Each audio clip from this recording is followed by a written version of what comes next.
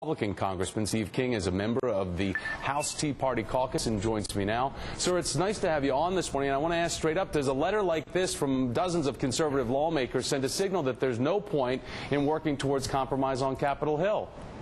Well, I think there's always a point to try to achieve a compromise, but it does say that there are a good number of members there that are likely to vote no on a compromise agreement that increases taxes. Now, what we'll see happen is the redefinition of tax increases, I expect, and that will be defined as closing loopholes. Revenue enhancements is the language that emerges when you say you're opposed to tax increases. Washington has been one of the most adept cities in the world on how to define and redefine to get to some point, to get a compromise. But I'm not very optimistic that we will see a plan that can pass the House of Representatives come out by next Wednesday.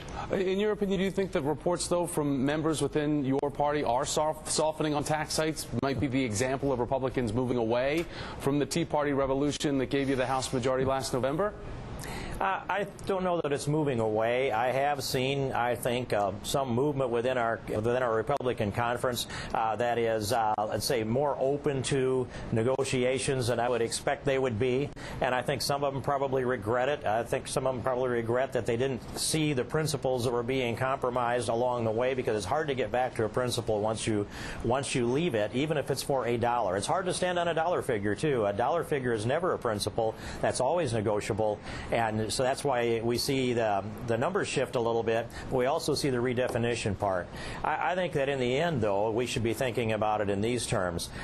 We had a Ryan budget that still didn't balance for 26 years, and it left us with a national debt accumulated at the end of 10-year budget window of $23 trillion. Projected spending was $28 trillion. That's what they call baseline. Right. This debt deal dials it down to $26 trillion in national debt in 10 years. We're not fixing the problem with this deal. So because we're not, it's hard to be enthusiastic about being engaged in something that's going to end up being a redefined compromise that probably doesn't pass. Sir, lastly, a lot of people, I'm sure, would like the GOP candidates, that is, would like to have your ringing endorsement behind them. As we head toward the caucuses, especially in Iowa, is there anyone that you're ready to endorse? Well, I'm not ready to do that at this point. I wish I was. I wish I had been to this point now. I like them all. I respect them all.